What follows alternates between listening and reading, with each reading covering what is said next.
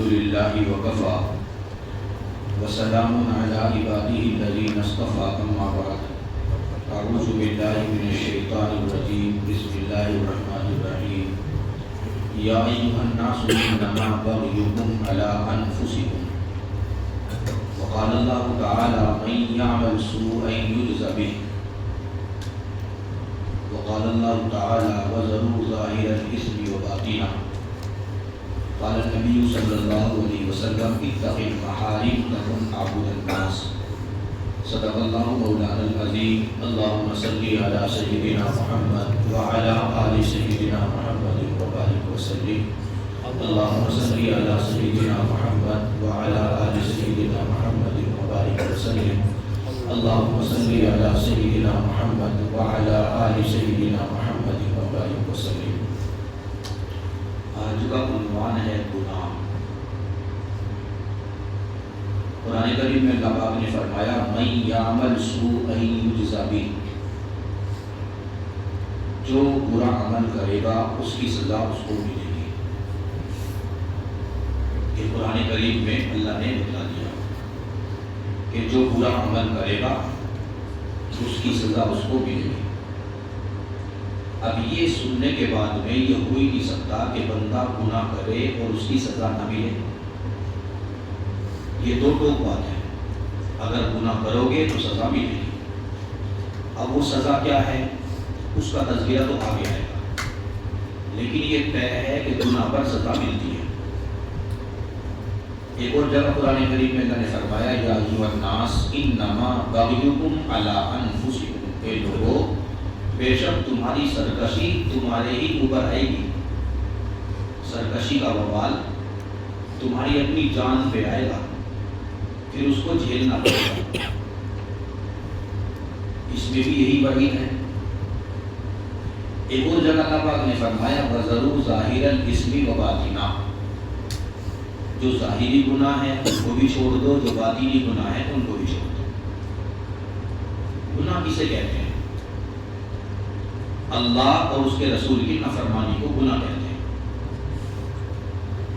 اللہ اور اس کے رسول کی نافرمانی کو گناہ کہتے ہیں. رسول اللہ صلی اللہ علیہ وسلم نے جس کام کے کرنے کا حکم دیا اس کو نہ کرنا گناہ ہے. اللہ تعالیٰ نے جس کام کے کرنے کا حکم دیا اس کو نہ کرنا گناہ ہے. اور جس کام سے اللہ نے اور اس کے رسول نے روکا اس کو کرنا گناہ ہے. تو نتیجہ یہ نکلا کہ گناہ کہتے ہیں اللہ اور اس کے رسول کی نافرمانی. گناہ گناہ ہے، چاہے وہ صغیرہ ہو چاہے وہ کبیرہ ہو. کسی بڑے کی بے ادبی، تھوڑی سی بے ادبی بھی وہ بڑی بے ادبی ہوتی ہے. اللہ تو بہت بڑے ہیں، تو گناہ کرنا ہی اللہ کی نافرمانی ہے. کسی بزرگ نے کہا لا تحقرن صغیرۃ ان الجبال من الحصى، کہ چھوٹے چھوٹے گناہوں کو معمولی نہ سمجھو، کیونکہ پہاڑ چھوٹی چھوٹی کنکریوں سے بنتا ہے. اگر چھوٹی چھوٹی کنکریوں کا وجود نہ ہو تو پہاڑ کیسے بنے گا؟ چنانچہ نقصان کے اعتبار سے علماء نے گناہوں کو اس طرح سمجھایا کہ گناہ کی مثال آکاش بیل کی طرح ہے. جنگلوں میں ایک بیل پائی جاتی ہے، آکاش بیل. جھاڑ ہوتا ہے جنگل کے اندر کوئی پودا جب کسان بوتا ہے تو آکاش بیل خود بخود بعد دفعہ نکل جاتی ہے، اور یہ جس پودے کے برابر میں نکلے گی اس کو یہ اپنی لپیٹ پہ لے لیتی ہے، چاروں طرف سے اس کو جکڑ لیتی ہے. تو آکاش بیل پودے کو بڑھنے نہیں دیتی، اس کی نشو و نما کو روک دیتی ہے. بالکل گناہ کی مثال یہی ہے کہ جب بندہ گناہ کرتا ہے تو گناہ انسان کو اپنی لپیٹ میں لے لیتا ہے، پھر اس کو بڑھنے نہیں دیتا. نیک عمل کرنے کو جی نہیں کرتا. کیوں بھائی؟ ایمان والے تو ہو، کیوں شوق نہیں ہے؟ کہ جی کسی گناہ نے آکاش بیل کی طرح جکڑ رکھا ہے. اور وہ آکاش بیل نظر نہیں آ رہی ہے، تو اس سے جان چھڑانی پڑے گی۔ ہر گناہ آکاش بیل کی طرح جکڑ لیتا ہے۔ بعض علماء نے فرمایا کہ گناہ کی مثال بجلی کے تار کی طرح ہے، اس کو ایک دفعہ بھی چھو لو آپ کو مار دے گا، بندہ مر جاتا ہے نا۔ ایک دفعہ بھی اگر گناہ کر لو، شیطان بہکاتا ہے کہ بس آخری دفعہ کر لیتے ہیں، بس ایک دفعہ کر لیتے ہیں۔ تو بھائی کبھی سوچا کریں آپ کہ بجلی کا تار ایک دفعہ پکڑنے سے معاف کرتا ہے؟ بس ایک دفعہ چھو کے دیکھ لیتے ہیں۔ بعض نے کہا کہ گناہ کی مثال سانپ اور بچھو کی طرح ہے۔ سانپ اوپر سے کتنا اچھا لگتا ہے، چت کبرا سانپ، زو میں آپ نے دیکھا ہوگا، لیکن کوئی بندہ یہ سوچ کے کہ سانپ خوبصورت ہے اس کو ہاتھ لگائے گا؟ اس سے ڈرتا ہے، اس کے قریب نہیں جائے گا۔ بچہ بھی اس سے دہشت کھاتا ہے، کیوں بھائی؟ اس کو اگر چھوئیں گے تو پتا ہے کہ قبر کے گڑھے میں جائیں گے، مر جائے گا بندہ۔ بعض نے کہا کہ گناہ کی مثال آگ کی طرح ہے، جیسے آگ انسان کو جلاتی ہے، گناہ بھی انسان کو جلاتا ہے۔ یہ ہو نہیں سکتا کہ بندہ گناہ کرے اور وہ نہ جلے، آگ اس کو نہ جلائے، اس کی تپش اور گرمی محسوس کرے گا۔ بعض نے کہا کہ گناہ کی مثال زہر کی طرح ہے، کہ 100 بسکٹ آپ کے سامنے پڑے ہیں اور کوئی بندہ کہے کہ ان میں سے ایک بسکٹ میں زہر ہے، باقی 99 ٹھیک ہے، تو عقل مند بندہ کسی بسکٹ کو ہاتھ نہیں لگائے گا، ڈر بھائی 99 تو ٹھیک ہے نا جی، ایک میں تو زہر ہے۔ تو مثالیں سمجھا دے دے کے سمجھایا ہے کہ اگر بندہ سانپ کو ہاتھ لگائے تو قبر میں جائے، تار کو ہاتھ لگائے تو قبر میں جائے، بچھو کو ہاتھ لگائے تو قبر میں جائے، اور قبر میں سے تو ایک نہ ایک دن نکل جائے گا، لیکن گناہ کے قریب اگر گئے تو گناہ انسان کو جہنم کے گڑھے میں پہنچا دیتا ہے۔ جہنم کے گڑھے سے کیسے نکلا جائے گا؟ تو اس اعتبار سے گناہ سانپ بچھو سے بھی زیادہ خطرناک ہے، آگ سے بھی زیادہ خطرناک ہے، اور زہر سے بھی زیادہ خطرناک ہے، اور آکاش بیل سے بھی زیادہ خطرناک ہے، کہ جب گناہ ڈستا ہے، گناہ پکڑتا ہے، گناہ کے قریب بندہ جاتا ہے، تو یہ گناہ انسان کو جہنم کے گڑھے میں پہنچاتا ہے۔ تو جتنا ان چیزوں سے ڈرنا چاہیے، گناہ سے اس سے زیادہ ڈرنا چاہیے۔ جب گناہ کی برائی دل میں بیٹھ جائے گی تو گناہ سے بچنا آسان ہو جاتا ہے۔ ہم گناہ سے اس لیے نہیں بچتے کہ گناہ کی برائی ہمارے دل میں نہیں ہے، ہم معمولی سمجھ کے کر لیتے ہیں۔ گناہ کوئی بھی ہے وہ معمولی نہیں ہے۔ جس عضو سے گناہ ہوتا ہے وہ عضو جس روحانی طور پر ناپاک ہو جاتا ہے، گناہ نجس ہے، ناپاک، حکمن ناپاک ہے۔ جس عضو سے گناہ کیا وہ عضو ناپاک ہو گیا۔ ہم تو سر سے لے کے پاؤں تک ہر عضو سے گناہ کرتے، تو گویا ہمارا تو جسم کا ہر حصہ اور ہر عضو ناپاک ہے۔ نوجوانوں، یہ شوق ہونا چاہیے کہ گناہوں سے بچ کر زندگی گزاریں۔ صحابہ میں سے کسی صحابی نے نبی علیہ السلام سے چند سوال پوچھے، ان میں سے ایک سوال یہ تھا کہ حضور مجھے کوئی ایسا عمل بتا دیں کہ میں سب سے بڑا عبادت گزار بن جاؤں۔ ہم تو رمضان میں نہیں بن پا رہے، کیا رونا روئیں۔ صحابی نے پوچھا کہ مجھے کوئی ایسا عمل بتا دے کہ میں سب سے بڑا عبادت گزار بن جاؤں۔ یہ سوال ہر بندہ کر سکتا ہے؟ آپ بتائیں کبھی آپ کے ذہن میں ایک سوال آیا کہ آپ کسی عالم سے پوچھیں کہ میں عبادت گزار کیسے بنوں؟ یہ تڑپ سے بنتا ہے۔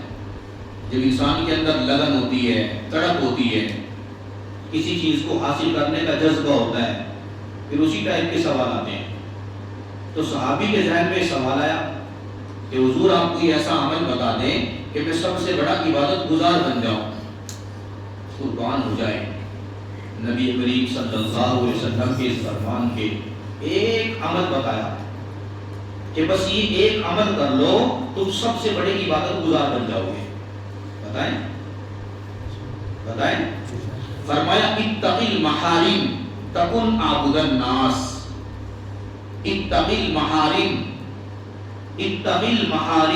تکن عابد الناس. حرام سے بچ جاؤ، اللہ تعالیٰ حرام سے بچنے کی برکت سے تمہیں سب سے بڑا عبادت گزار بنا دیں گے. حرام سے بچ جاؤ. اس کا مطلب اگر ہم عبادت گزار نہیں ہیں تو حرام رکاوٹ بن رہا ہے. حرام رکاوٹ بن رہا ہے. چھپ چھپ کے کوئی حرام کام کر رہے ہیں. اس حرام کام نے ہمیں آکاش بیل کی طرح جکڑ رکھا ہے. اس حرام کام کی وجہ سے ہم عبادت کے قریب نہیں آ رہے. عبادت میں لذت نہیں مل رہی ہے، مزہ نہیں آ رہا ہے کہ حرام میں مشغول ہے. بندہ چھپ کے کرے یا کھل کے کرے اللہ کو تو پتہ ہے. اللہ کو تو پتہ ہے. غور سے سنیں. خواجہ ابو الحسن خرقانی رحمۃ اللہ علیہ بہت بڑے بزرگ گزرے ہیں. انہوں نے موقع پہ ارشاد فرمایا کہ جس آدمی نے جو دن معصیت کے بغیر گزارا، جس آدمی نے جو دن معصیت گناہ کے بغیر گزارا، صبح اٹھتے ہی عہد کر لیا کہ اللہ آج کے دن میں نے کوئی گناہ نہیں کرنا، اور اس نے وہ دن گناہوں کے بغیر گزارا. خواجہ ابو الحسن خرقانی رحمۃ اللہ علیہ فرماتے ہیں ایسا ہی ہے جیسا وہ دن اس نے نبی علیہ الصلوۃ والسلام کی صحبت میں گزارا. ہے کوئی دن ہمارے پاس؟ ہے؟ جی تو جاتا ہے نا کہ ہم اللہ کے نبی کے زمانے میں ہوتے. اچھا ہے کہ ہم اس زمانے میں نہیں ہیں، نہیں تو ہم پتھر مارنے والوں میں ہوتے. ہمارا شوق تو یہی بتاتا ہے نا، ہم گالیاں دینے والوں میں ہوتے، ہم کمیاں نکالنے والوں میں ہوتے. اللہ کو تو بندوں کی کیفیت کا اور حال کا پتہ ہے.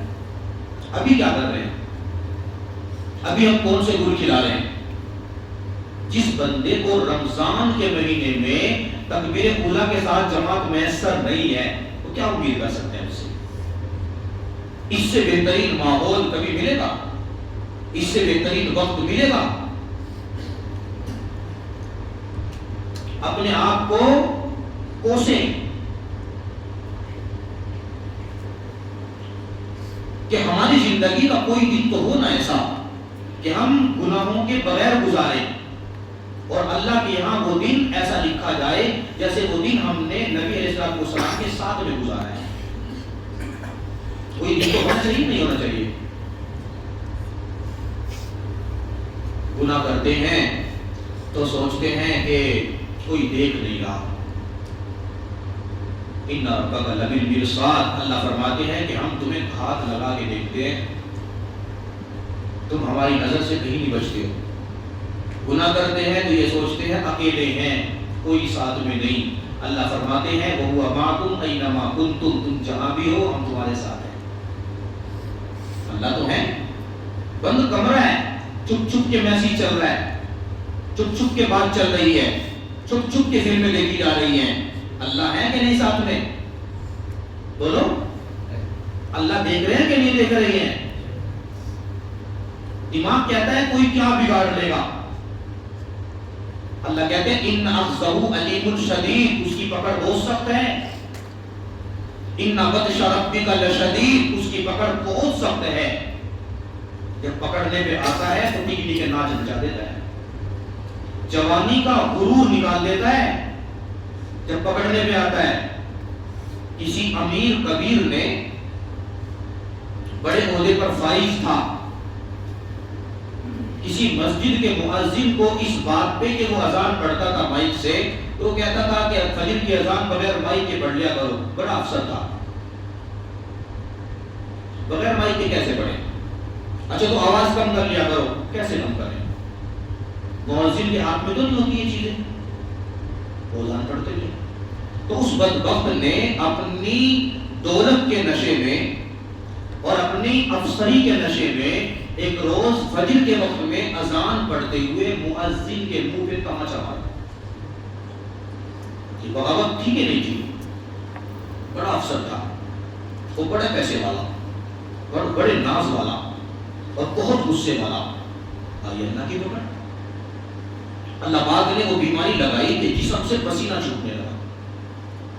آفس میں کوئی لکھنے پڑھنے کا کام تھا, اب جب وہ لکھنے بیٹھتا تو ہاتھوں سے پسینہ, وہ کاغذ گیلا ہو جاتا تھا. تو جس کام کے اوپر مامور تھا وہ کام نہیں ہو رہا تھا. نتیجہ یہ نکلا کہ آفس سے چھٹی مل گئی.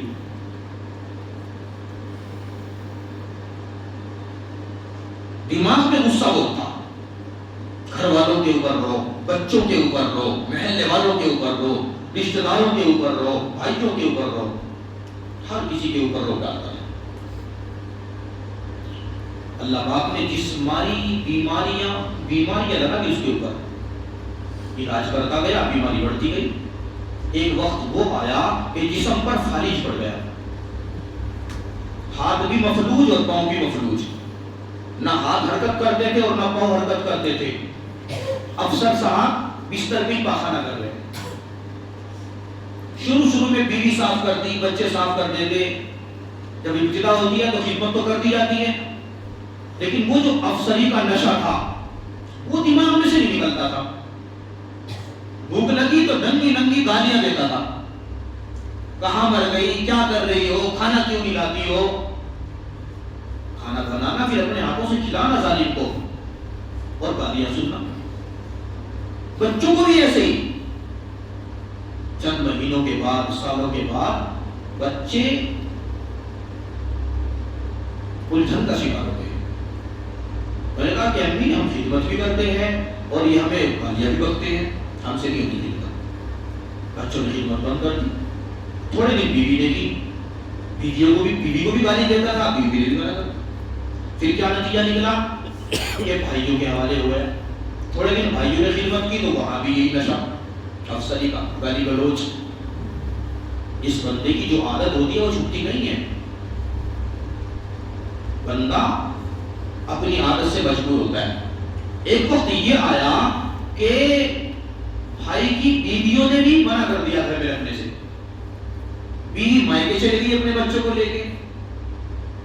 پھر کھانا کھلانے کا کام اور پاخانہ پیشاب صاف کرنے کا کام بھائی بند کرنے لگے. وہ بھی کب تک کرتے, کب تک سنتے, روٹی بھی چھوڑ دی. پھر حالت یہ بنی کہ دروازے پہ ریگتا ہوا باہر آیا. وقت پہ کھانا نہیں ملتا تھا, بھوک سے تڑپتا تھا. دروازے کے باہر راستے میں بیٹھا ہے اور شدت کی بھوک لگی ہے. اب آہستہ آہستہ وہ جو نشہ تھا وہ ذرا کم ہو رہا ہے. دن نکلا اور دن بڑھا تو اسکول کا کوئی بچہ, وہ اسکول جا رہا ہے, کئی وقت کا بھوکا ہے, تو یہ اس کو اشارہ کر کے بلاتا ہے, کہتا ہے مجھے بہت زور کی بھوک لگی ہے, مجھے کچھ کھانا دو. تو وہ بچہ ٹفن میں کھانا لے کے جا رہا تھا, اس نے وہ کھانا سامنے کر دیا. وہ کہتا ہے کہ میرے تو ہاتھ پاؤں بھی کام نہیں کرتے, میں کھاؤں گا کیسے, تو مجھے کھلا دو.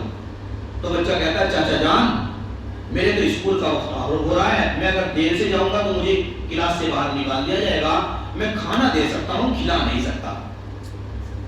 چنانچہ کاغذ کے اوپر اس کے سامنے ایسے کھانا ڈال دیا ٹفن میں سے, چلا گیا.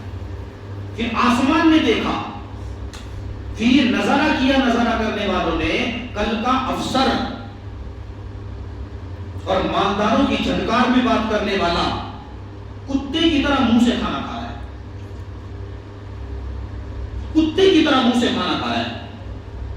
اس حال میں کس نے پہنچایا؟ اسی لیے کہتے ہیں جوانی پر غرور نہ کرو, صحت کے اوپر غرور نہ کرو, اسی کے ہاتھ میں ہے. اسے وقت نہیں لگتا, وہ نکال دیتا ہے, وہ چھین لیتا ہے. اگر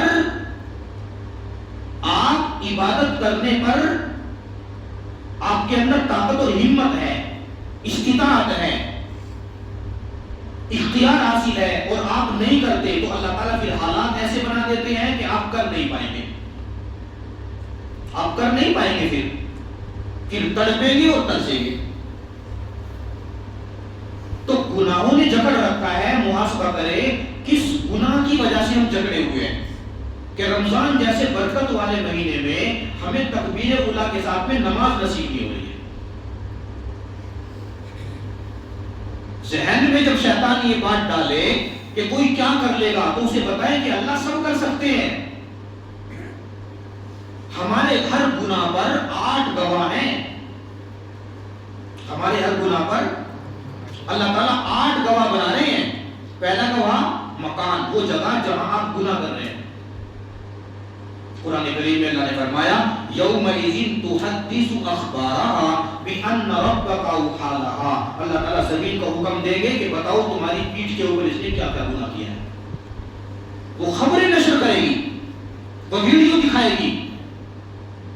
زانی زنا کرتا تھا، برہنہ ننگی اس کی ویڈیو چلے گی. زمین ہر خبر نشر کرے گی. تو زمین ایک گواہ ہے ہمارے گناہ پر. دوسرا گواہ زمان، زمانہ. قرآن کریم میں اللہ نے فرمایا وَشَاهِدٍ وَمَشْهُودٍ. جس وقت جس زمانے میں گناہ کیا وہ زمانہ اور وہ وقت ہمارے گناہ پر گواہ ہے، وہ گواہی دے گا. تیسرا گواہ قرآن کریم، لسان، زبان. قرآن کریم میں اللہ نے فرمایا یوم تشہد علیہم السنتہم. اس دن اللہ تعالیٰ زبان کو کہیں گے بتا اس جسم نے کیا کیا گناہ کیا ہے. جو یہاں بولتی ہے نا اور ہمارے اختیار سے بولتی ہے، یہ وہاں ہمارے اختیار سے نہیں بولے گی، اللہ کے حکم سے بولے گی. اور یہ سچ بولے گی، ادھر ادھر کی نہیں کرے گی. تو تیسرا گواہ ہماری زبان جو ہمارے خلاف بولے گی. چوتھا گواہ ارکان، انسان کے تمام اعضاء. قرآن کریم میں اللہ نے فرمایا قالوا انطقنا اللہ الذی انطق کل شیء. ہر عضو کو اللہ تعالیٰ بلوائیں گے. آنکھ بولے گی، کان بولیں گے، ہاتھ بولیں گے، پاؤں بولیں گے، پیٹ بولے گا، شرمگاہ بولے گی. انسان کے جسم کا ایک ایک عضو بولے گا. جس عضو نے جو گناہ کیا وہ عضو اپنے گناہ کا اقرار کرے گا. انسان کہے گا کہ تم کیوں بول رہے ہو، تمہیں بھی تو سزا ملے گی. تو وہ اعضاء کہیں گے قالوا انطقنا اللہ الذی انطق کل شیء. ہم تو مجبور ہیں، اللہ نے حکم دیا ہے، ہم نے تو بولنا ہے. بے شک عذاب بھی ہمیں ہی ہوگا، مگر یہاں اختیار نہیں ہے. یہاں اختیار اللہ کا ہے.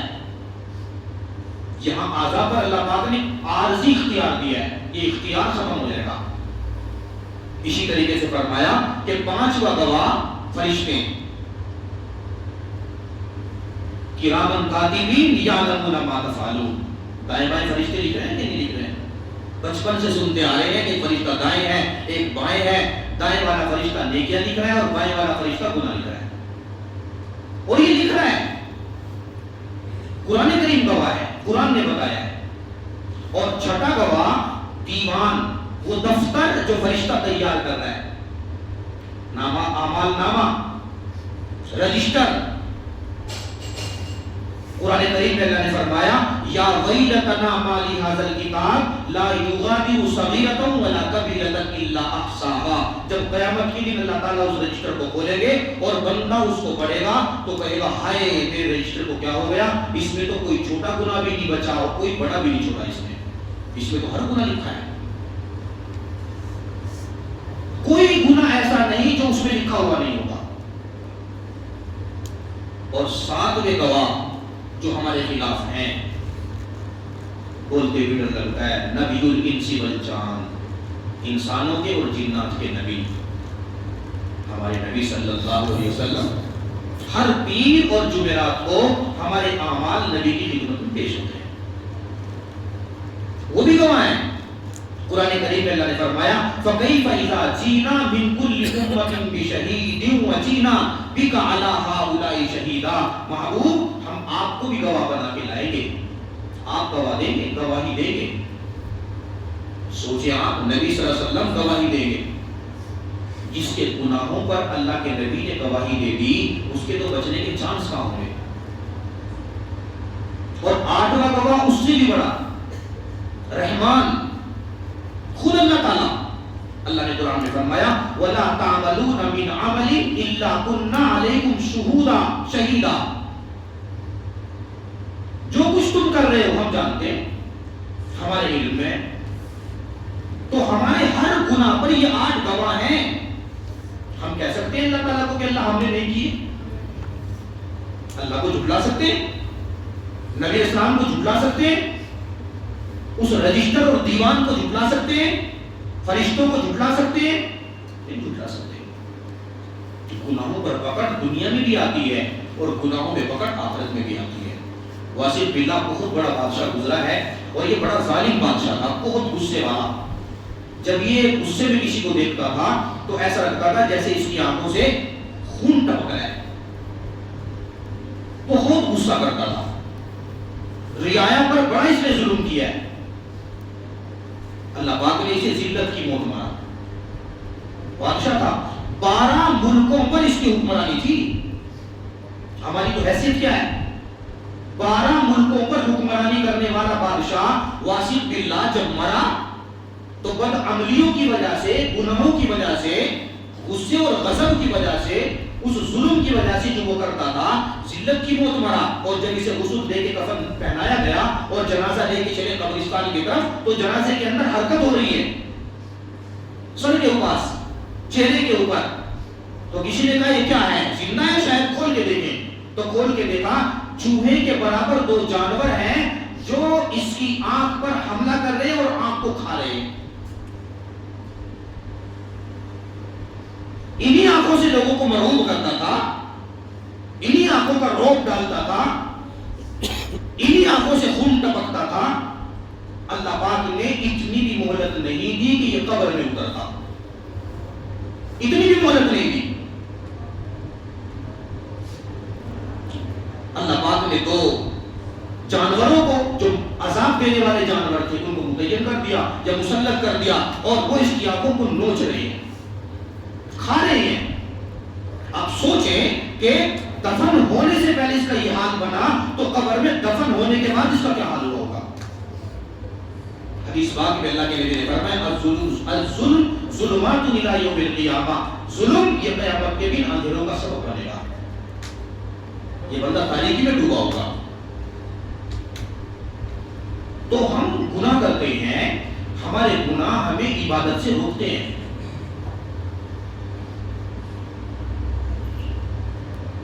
یہ اللہ کی مہربانی ہے کہ شیطان نے قسم کھائی، جب شیطان کو جنت سے نکالا گیا اس نے قسم کھائی کہ انسان کی وجہ سے آپ نے مجھے نکال دیا جنت سے، تو اس نے قسم کھائی ثم لآتینہم من بین ایدیہم ومن خلفہم وعن شمائلہم ولا تجد اکثرہم شاکرین۔ اللہ، جس انسان کی وجہ سے آپ نے مجھے جنت سے نکالا میں اس کی اولاد کو بہکاؤں گا، اس کے دائیں سے بہکاؤں گا، بائیں سے بہکاؤں گا، آگے سے بہکاؤں گا، پیچھے سے بہکاؤں گا، چاروں طرف سے بہکاؤں گا، ڈورے ڈالوں گا، جال ڈالوں گا، اس کے اوپر نہیں چھوڑوں گا، موت تک پیچھا کروں گا۔ تو شیطان پیچھا کر رہا ہے، نہیں آنے دیتا مسجد میں، گناہوں سے جان نہیں چھڑانے دیتا، مگر اللہ کی مہربانی دیکھو، اپنی جفا دیکھو اور اللہ کی وفا دیکھو، اپنی جفا دیکھو اور اللہ کا پیار دیکھو، کہ جب شیطان قسم کھا رہا ہے تو کہتا ہے آگے پیچھے اور دائیں بائیں سے بہکاؤں گا، تو اللہ پاک نے 2 جہت 2 سمت بلا دی، دائیں اور بائیں، اوپر اور نیچے۔ اس نے اوپر نیچے تو نہیں کہا نا، یہ اللہ نے بلا دیا۔ کیوں بلایا؟ کیونکہ اللہ کو پیار ہے، انسان سے اللہ کو پیار ہے، تو اللہ پاک نے فرمایا تو میرے بندوں کو بہکانا، تو آگے سے حملہ کر، پیچھے سے حملہ کر، دائیں سے حملہ کر، بائیں سے حملہ کر، چاروں سمت سے اسے جکڑ، اس سے حملہ کر۔ میرا بندہ تیرے حملے سے چھوٹ کے بچ کے اپنے آپ کو چھڑا کے جب وہ میرے دروازے پہ آئے گا اور وہ سر کو جھکائے گا، وہ سجدے میں سر کو رکھے گا، تو مجھے بھی میری کبریائی کی قسم سر کو زمین سے اٹھانے سے پہلے میں اس کے گناہ کو معاف کر دوں۔